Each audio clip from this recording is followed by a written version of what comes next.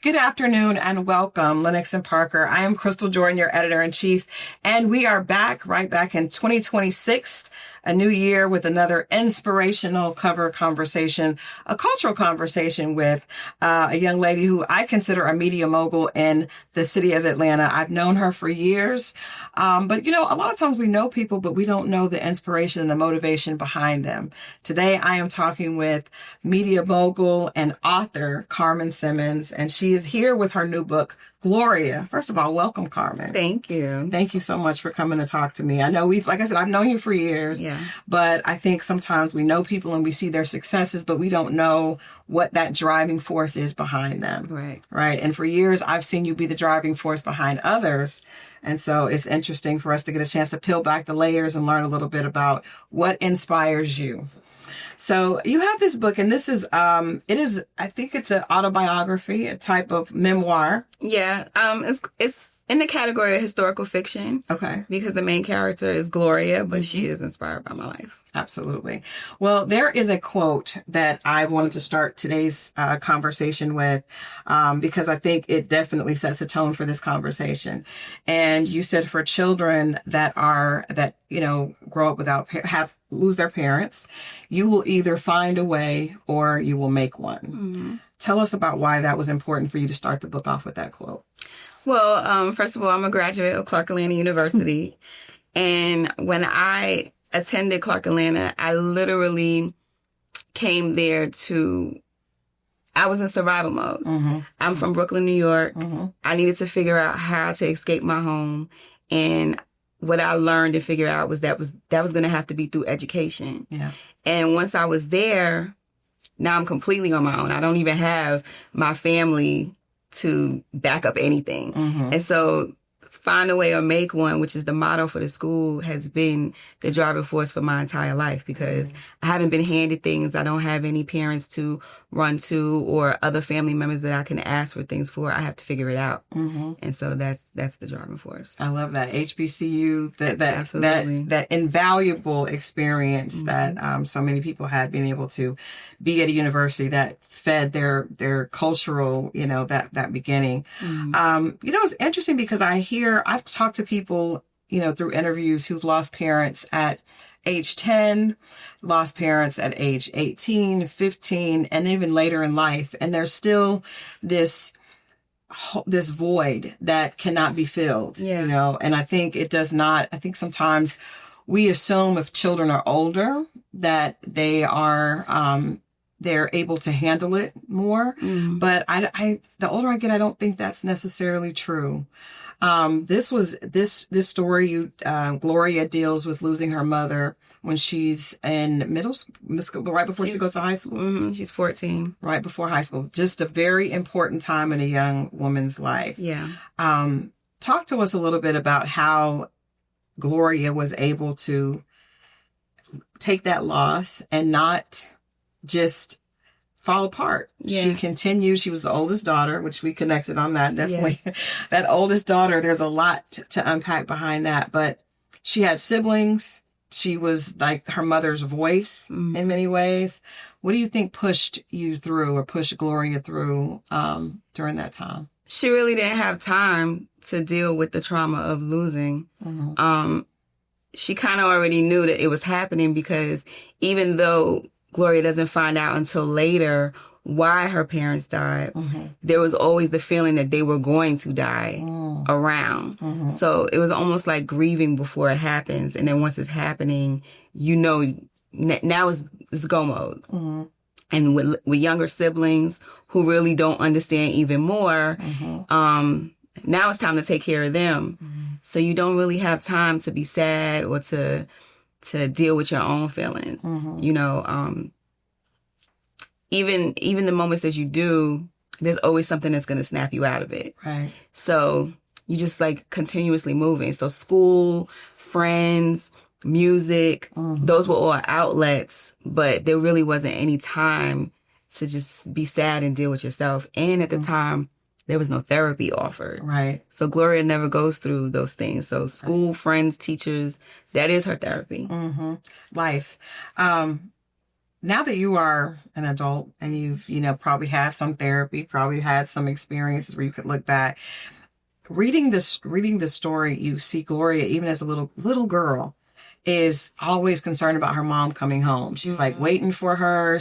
What do you think that was? Do you think that was intuition? Do you think that was, some type of spirit guiding you and letting you know what was going to happen? It's real palpable that there was a fear there from a little child. It's weird. I still don't really understand what that was. I remember, Gloria doesn't talk about it in the book, but I remember being as young as 6 and sitting at the top of the steps whenever my mother would be at work, because she worked multiple jobs in order to maintain the household, waiting for her to come back because I was scared she wasn't going to come back. And I really don't even know what that came from. Yeah. But I could not go to sleep until she came back. And I just needed to hear the keys opening the door. She wore bangles. I just needed to hear that. And once I heard that, I'd go to sleep. So once she started to get sick, it was like, oh, we're here. Now it's happening. And even with my father, I don't think I was worried about him as much, but I did recognize when he was leaving. But for some reason, I didn't have that worry with him. And maybe it's because he was already in and out of the house so much because of his addiction. But I don't even think I was aware that it was an addiction that was keeping him away. I was aware that he drank, and maybe I was aware that he did drugs, but it wasn't in our face. Right. And my mother didn't talk bad about him, so we didn't know that there was a problem. He's just not home sometimes. Months, but yeah. When it's a way of life, it becomes normalized. Yeah. So when you don't know until you see other people like, oh, well, the dad is home. Yeah. I think I didn't realize it until one day I was sitting on the steps with my friends, and one of them said, "Where's your dad?" And I was looking at her like, "What do you mean?" And she's like, "I haven't seen him in months." And I was like, "Oh yeah, I don't know." But that was the first time that somebody brought it up to me, like, "Hey, we know your father. Don't he live here?" Yeah. Yeah. Talk about being the oldest daughter, because in the book, and I think a lot of us, specifically African-American oldest daughters, there's a lot of responsibility that I don't even know if it's verbally expressed to us. Yeah. It's just, you understand. It feels like you are this advocate for your mother. You're defending her, to, taking up for her, kind of her voice to your mama, your grandmother. Yeah. And even with the siblings, like, and I think a lot of us, until recently, because it's part of our culture, we don't really talk about, it's just what you do. Yeah. Being the oldest daughter, how do you think that position, that birth position, has affected how you deal with things? I know you're now an entrepreneur, you're running a company. Do you think those things were planted with that birth position? Yeah, it definitely carried over in the rest of my life. All of the, my friends that I grew up with, the people that work with me or for me, they all in some way refer to me either as mommy or big sister. They say these things in conversation. And I know it comes from being the oldest child. Yeah. But my dad was the oldest. And so from a little girl, he was always like, "You're the oldest, you're in charge, they listen to you, you're leading them, you tell them what to do. And if they do something to get in trouble, I'm going to ask you why they did it." So it was like I was always responsible for what somebody else did. So before I get in trouble, you're going to have to deal with me. Right. And so they didn't want to deal with me even before they had to deal with my parents. And so that has carried over into, I think, how I am as an adult, even when I don't want it to, because I like for other people to be in charge sometimes. But it's definitely part of who I am. Yeah. And it started with my father. He always reiterated that because I'm the oldest, I'm responsible for them, and that they have to listen to me. And so even as adults, when they come to me, it's a little frustrating because I'm like, oh, so we're big kids now. Why are you asking? Find yourself kind of slipping into that? I do. It's hard to have a conversation with them sometimes without being in that role, even though they're adults, and I want them to just be independent of what I might tell you to do. What do you think you should do? Yeah. But it is hard. Let's talk about what have you learned, from all this? Because I think when memoirs and even journaling and going through this allow us to kind of see where we've come from and kind of maybe understand ourselves a little bit more. Yeah. Do you feel like Carmen has had an opportunity to rest? Has she had an opportunity to kind of take care of herself as opposed to, because you've been taking care of others since 6 when you were waiting for your mom to get home. Yeah. Do you think there's been a period of your life where you've been able to at least start to take care of Carmen? No. I'm exhausted. I don't think that I've had that period because I think I've always been in some sort of survival mode. Yeah. And always trying to figure out what the next move is, how to scale up. I'm not married and I don't have any children. So it's always been like, what am I going to do in order to still be able to survive? And so I haven't been able to have that opportunity to just like, I'm chilling and somebody else got it. Yeah. I can't. That's interesting because I think so many of us can relate to that. I think that is the experience of so many Black women. And I think we didn't realize that is not healthy mentally until I think now. I've had this conversation with a lot of our peers. We're just like, I have been married and have children and I'm exhausted as well. But, so it's like we are in different, situations and circumstances, but the culture and how we've been, kind of conditioned, is there. I would ask you to like, if you could have an opportunity to relax, because if you've been in relationships, I know you're not married, but you've been in relationships, what do you think would give you that sense of license to relax? I'm not even sure. I'm not even sure because I come from a broken family with my parents dying so young, I've always had to figure out how to take care of myself.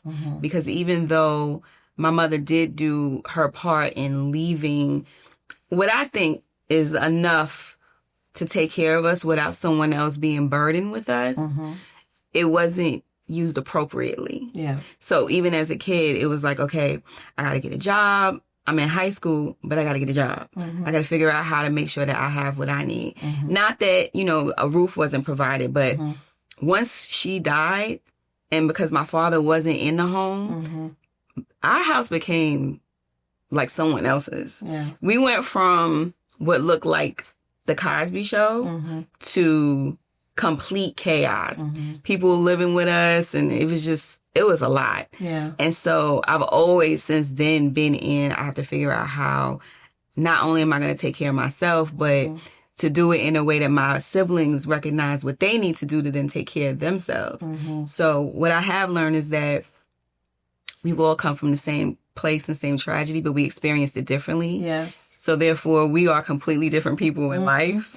But I don't know what it's supposed to feel like to be like, okay, now it's okay to relax and exhale. Yeah. I don't even go on vacation.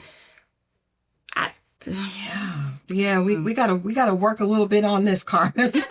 Work a little bit on that, because I think that our examples help each other, right? I am very much had a situation has a lot of similarities, to yours.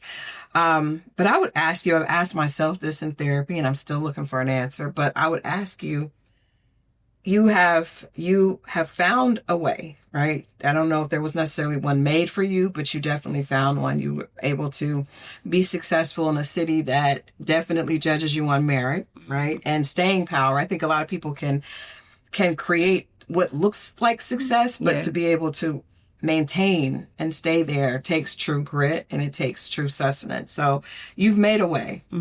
But at this point, for yourself, what does Carmen need? I'm still reaching for a certain level of success. So I feel like maybe once I reach that in my professional career, then I'll be able to work on what I need personally, because what I need is stability. And I don't feel like I found that just yet. Yeah. That's interesting. Well, we are going to take a break. We're going to take a break, and we're going to come back in just a few minutes and learn a little bit more about Carmen's story. And her story, like I said, is the story of so many of us. Stay right there. This is Lenox and Parker Cultural Conversations with Crystal. We'll be right back.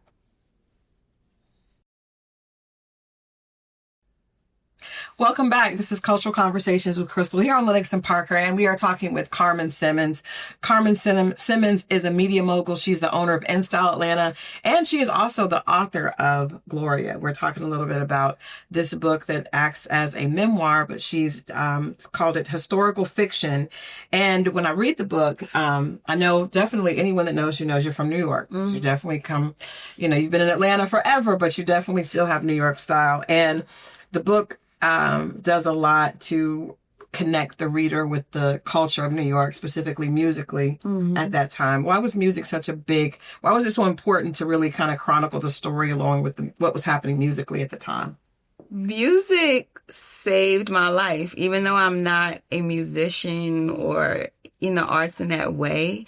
It allowed me to zone out from the things that I didn't want to deal with, pretty much.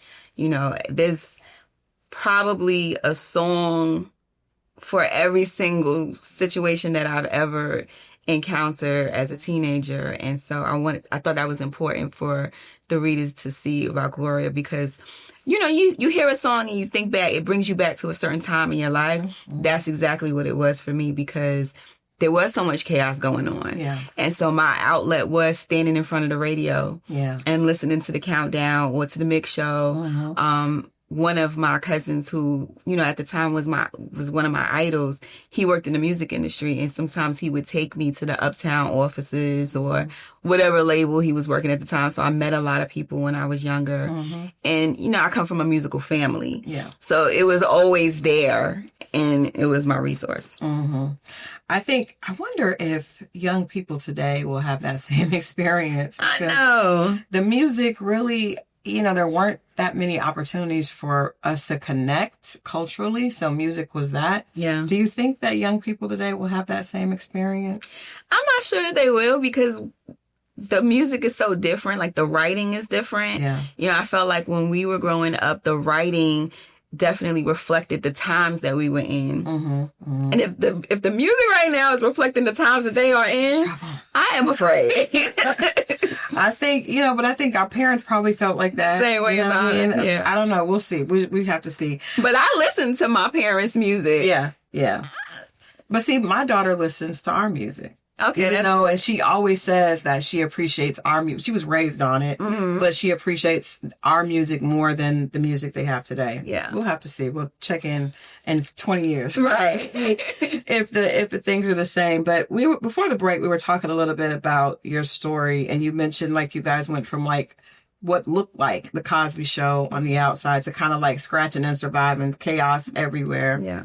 And, before we started filming, I mentioned my situation. My father was a drug addict, but I didn't see it, but I was aware of the inconsistencies and eventually the avoidance. Right. And then eventually he passed from a drug overdose. And so dealing with all of that in my early 20s at college at a PWI was a very different experience, but I see correlations to your experience.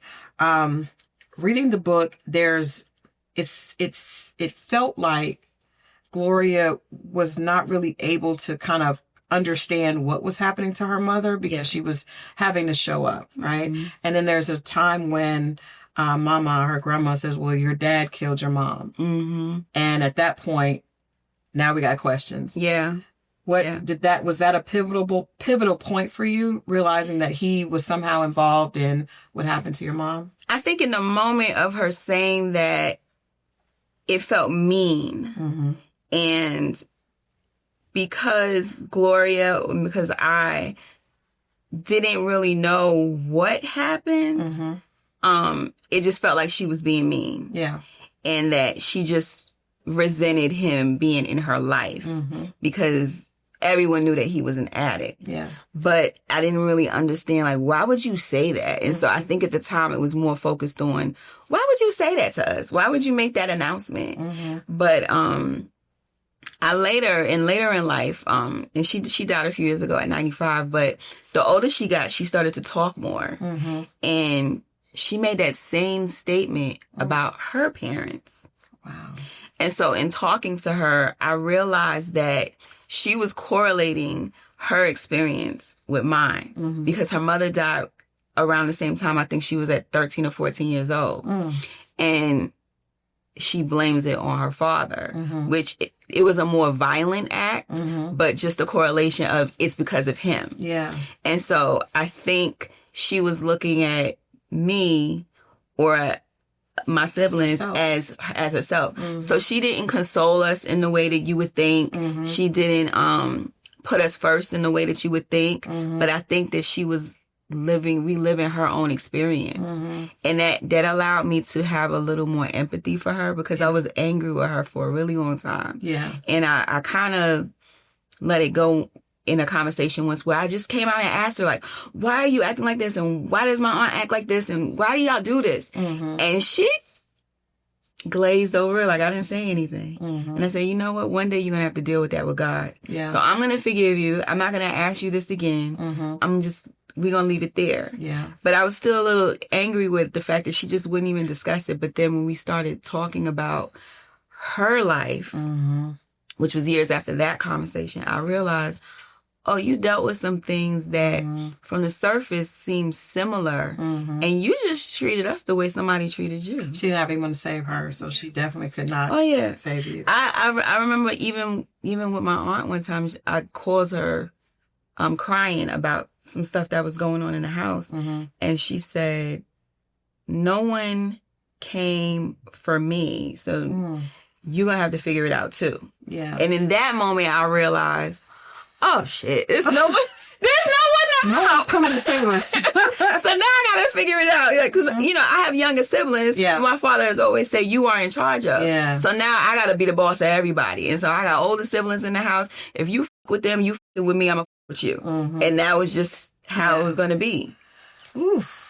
This is deep, and we don't, we could talk for hours on this because I think this example shows up so often. And I can definitely, I remember my grandmother called me and told me my dad died from a drug overdose. Very matter of fact. Yeah. He's dead. Okay. Yeah. Your dad's dead. All right. Goodbye. And there was no empathy, no concern, because I almost feel like if you think about it too long, you allow the person to cry, then maybe she won't get up. So you got to keep going. Yeah. Go, get up. I went to school the day that my father died. Wow. My aunt came in the room, sat on the side of the bed. She woke me up. She said, your father died. Yeah. I was livid. Yeah. One, you don't even like him. Who sent you in here with this message?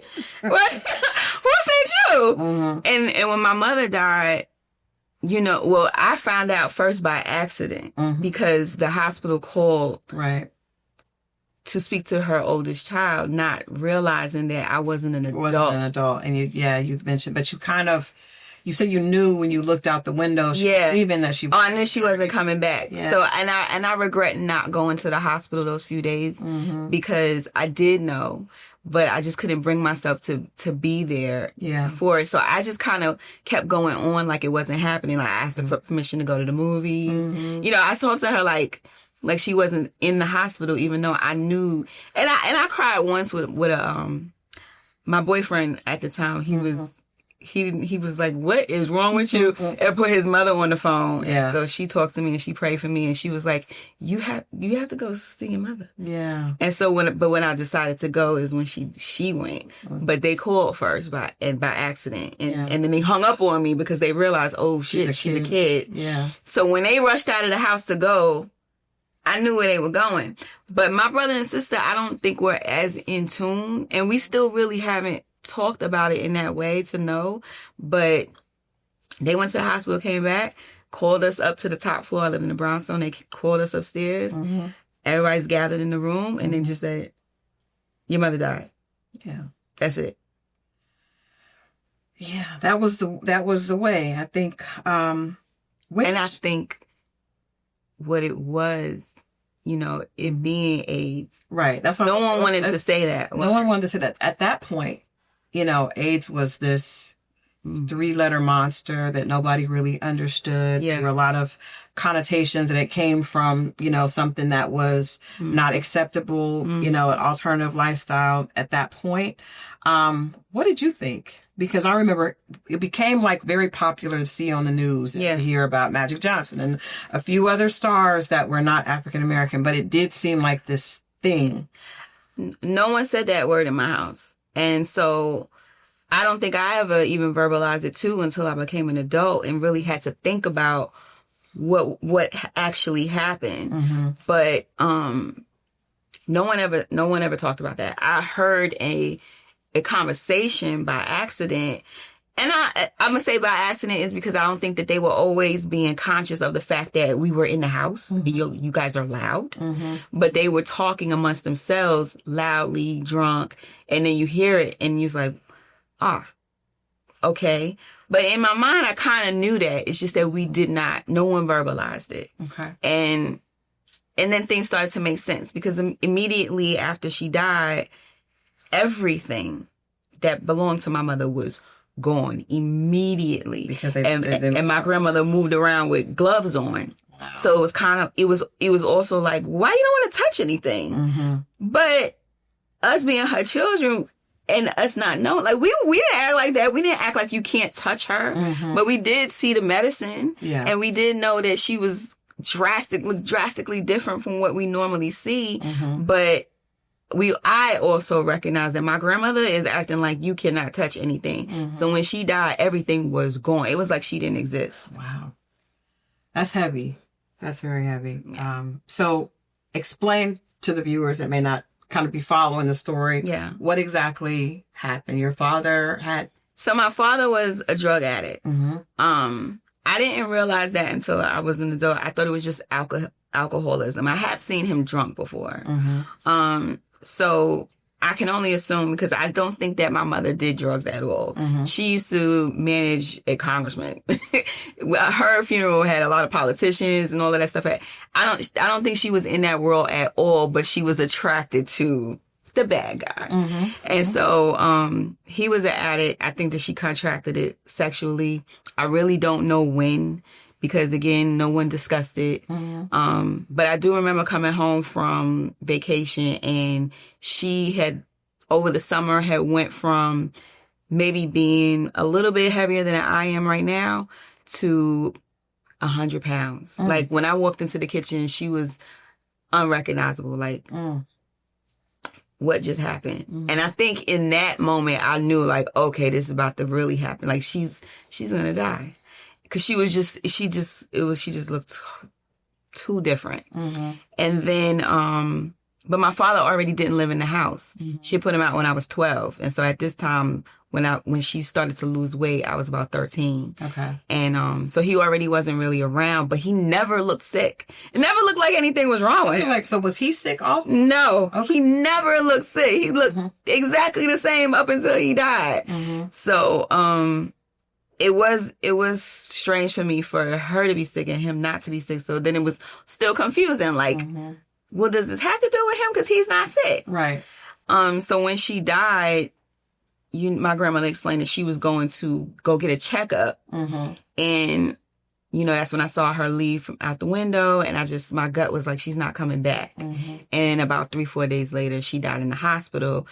And what was explained to us was that she had a surgery that went wrong. And I don't even know if she really had surgery, because when I started to try to research what that was and what her medical records are, I wasn't allowed to access it because my mom had pension and insurance, and she did set us up. But my grandmother cashed out, but she didn't pay her taxes. She didn't pay the taxes on it. And so they won't allow you to do anything until all of those things are cleared up. The city of New York wouldn't allow me to access anything. They were like, you're going to have to go back to the person who received all the money, who received all the property, clear up whatever's in debt, and then you can... Then you have access. Yeah. And I told her, she was still alive when I was researching it. Won't do it. Won't discuss. I asked, when did y'all know that she was sick? No one remembers. I know y'all remember, but no one remembers. So a year and a relationship like with your father after your mother passed? I never had a problem with my father. And to this day, I'm not angry with my father. And I think that is due to my mother and how she protected us from what was really going on.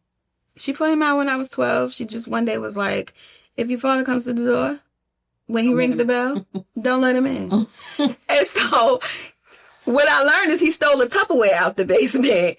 And she sold Tupperware. Yeah, she was like, don't mess with my business. Yeah, she's messing with the coins. Her full-time job was working for the congressman, but her part-time job, she was a sales manager. And she had all of her sales reps' inventory in the basement.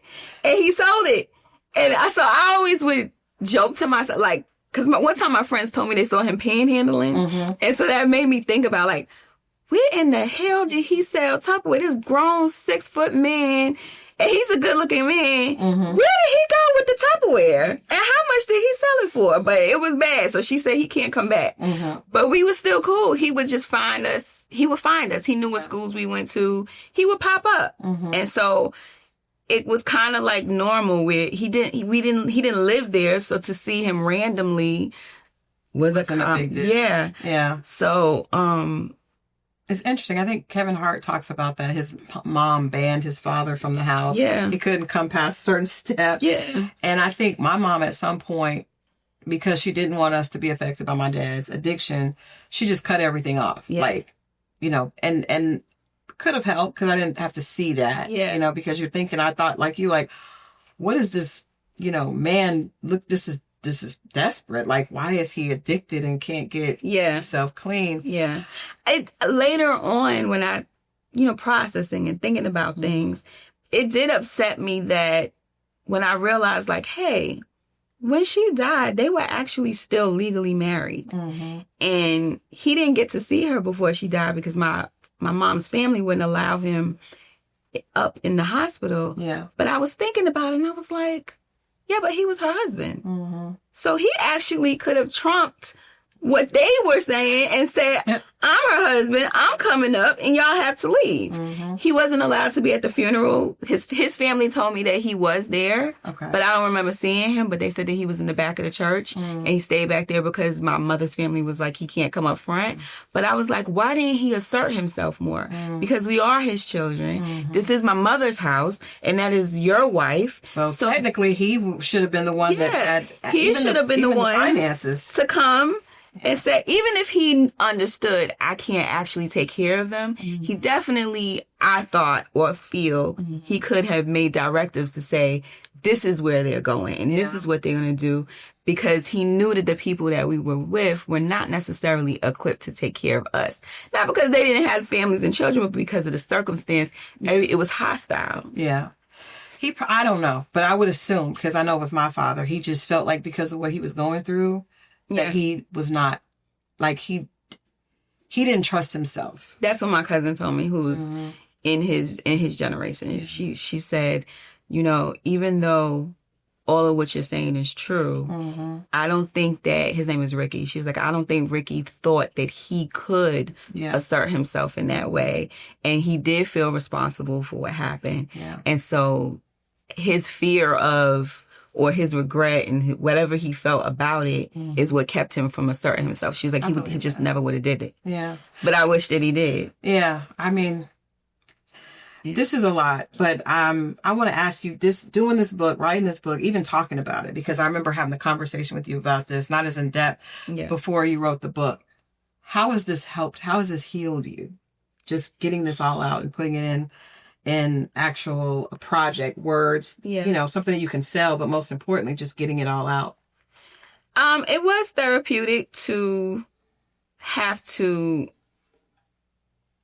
think about these things again and sort it out and try to make sense of things, but also to learn and hear things that I don't remember and put those things, put two and two together. As I said, I never really thought about my father being an addict, even though I knew that he was. So in even talking about this to other family members, like my cousin told me one day, his father is my father's brother. And he said something to me about coming home from school and they were doing heroin in the living room. And I said, you saw them doing drugs? And he was like, all the time. And I was like, you witnessed them doing drugs. And then when he said heroin, I never, even though it should be obvious, I never thought about it being drug use through needles. Yeah. So of course. Yeah. He got HIV from doing needles. He goes home and has sex with his wife, gives her HIV, which turns to AIDS. And so doing the book and having to talk to people and ask questions and see what other people remember actually helped me put some things in perspective. And again, it still doesn't make me angry with him because I think I may have empathy for him being an addict and understanding that they don't necessarily have control over the things that they should. And they have to make a decision to stop. And he didn't make the decision in time. But, you know, I guess she just wanted to keep us in a place where it was like, your mother and father love you and we doing the best that we can. Yeah. You got to appreciate that. Yeah. That being her, what she gave you. Yeah.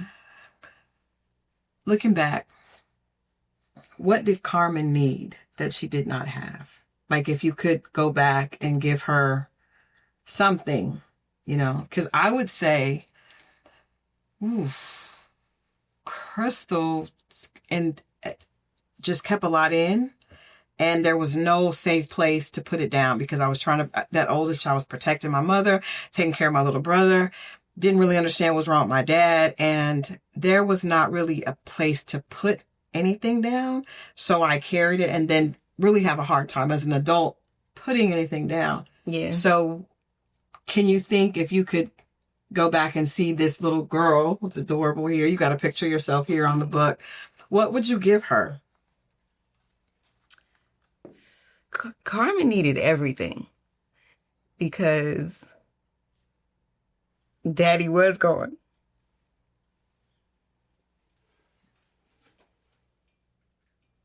And being the oldest,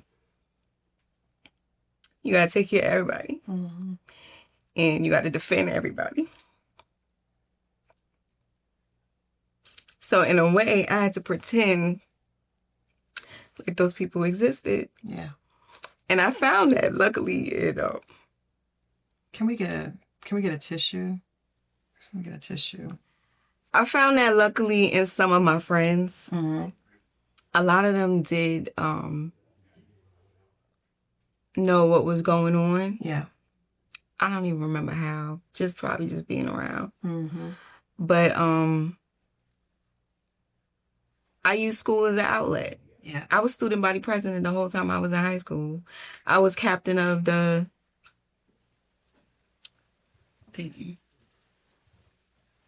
I was captain of the step team. I was in charge of yearbook. I was anything that I could do not to come home. And to perform and to be... There's success here. There's stuff here. But there was nobody to... There's nobody to tell on. Yeah. Everybody gonna tell me. Yeah. But there wasn't that person that I can tell that I needed something. Yeah. So that was it. I had, I had boyfriends. I was the pretty popular girl, so I always had boyfriends. They'll always be a little bit older, so I always kind of felt comfort in having a tough guy around. So it's like y'all had a boyfriend and then a backup. Oh, because there was one over here, and then this boyfriend. So that I knew how to line them up. Yeah. And I don't even know if it was intentional, but like I said, I was the pretty popular girl. So there was always boys that liked me, but I always picked the ones that I knew could beat somebody up. Protection. And I think it was because I didn't have daddy. Yeah. And my older cousins who were boys, I don't think they realized that entering into our lives in the way that they did at the time that they did, that's what we needed. We didn't need to have to fight y'all too. They all had their own all that stuff going on. I'm glad we got a chance to have this conversation at the top of the year, because I think there are a lot of specifically women dealing with things like this. It may not be the exact same situation, but dealing with feeling like they always have to be the one carrying everything, right? And we may not be able to help little Carmen or little Crystal at this point, but I think we can lean on each other as women and say, it's okay, you are not in control of everything. And it's okay, because I think sometimes that default becomes comforting. Yeah. And so I've learned, even in being married, it's hard. My husband's like, I got it. I'm like, this is mine. Yeah. I saw a meme recently that said that if you are talking to somebody, a woman that is independent, or I think it was like if you have a wife that's independent, you got about 3 seconds to tell her that you got it before she start doing it. And she's not really letting it go. She's like, I'm acting like I'm letting it go, but really I have that default that's underneath there to pick it up. So I think that number one is there's no shame in that, because I think that has been weaponized against us to feel like it's a negative thing if you're independent. But so many of us come from situations where that is just, we didn't have a choice. We're put in that place. And I try to explain that to people, that it's not always about, like, I'm not just being a bitch. Right. I've had to take care of myself. And until you get into a place where you are comfortable enough to say, this other person got me too, and I don't have to go so hard, that you're always going to feel like you have to do it or be able to do it. You are. But I will say to you, because I consider you a friend. We've known each other. I trust when you tell me you're going to do something, you do it. I know if you ask, I got you. But I remember I went on Iyanla Fix My Life, and I thought I was going on there because the dating pool sucked, and I was not having the experience that I wanted, right, in the dating pool. And she gifted me a book and a lot of other stuff called Trust. And I just give it to friends of mine that are in the same thing. I'm going to send a copy to you because I think that a lot of times we feel like we can't trust anyone, but really it's that we don't really trust ourselves. And it really is like, I have to do it and I have to do it right. I just ask you, when can you relax? I cannot relax until I get to a certain level of success. But that's not true. Yeah. That's not true. We have to trust that you have carried this girl through trauma, through grief, through some situations that could have killed, much older, much stronger people. And you have done that successfully. And it is okay. You don't have to get to another level, to a notch off, to let her rest. She has done what she needed to do and more. And it is okay to trust yourself to allow that to be. And I think that's what we have to work towards embracing, So I thank you for your candor. I appreciate the example you set, but outside of that media mogul who's running everything, I pray that my sister will have some rest and that she will trust the amazing woman that she is. Thank you. Thank you. And I hope that you can get a little bit from that as well. This has been a sister conversation. I think even more so than culture conversation. It's been a sister conversation here on Lenox and Parker. You can get Gloria. I'm assuming they can get this on Amazon or books are sold. Get your copy of Gloria by Carmen Simmons. It is the coming age story of a teenage girl after losing her parents to AIDS and addiction. It's a powerful book, and it took a lot to do this, and I commend you for that. I would also suggest anyone watching this that is dealing with some of the same things that both myself and Carmen have dealt with, pick up a copy of Trust by Iyanla Van Zandt. And this is not something, this is purely on the fact that I think the book will help you. I also have a book called Dear Alpha Female. It's not him, it's you, that deals with some of these issues that we encourage just by being that strong woman that was built in often the midst of chaos. This is Crystal Jordan from Lenox and Parker. You can catch more from this interview and, of course, on our beautiful guest, Carmen Simmons, on LenoxandParker.com. Until next time, we'll see you soon.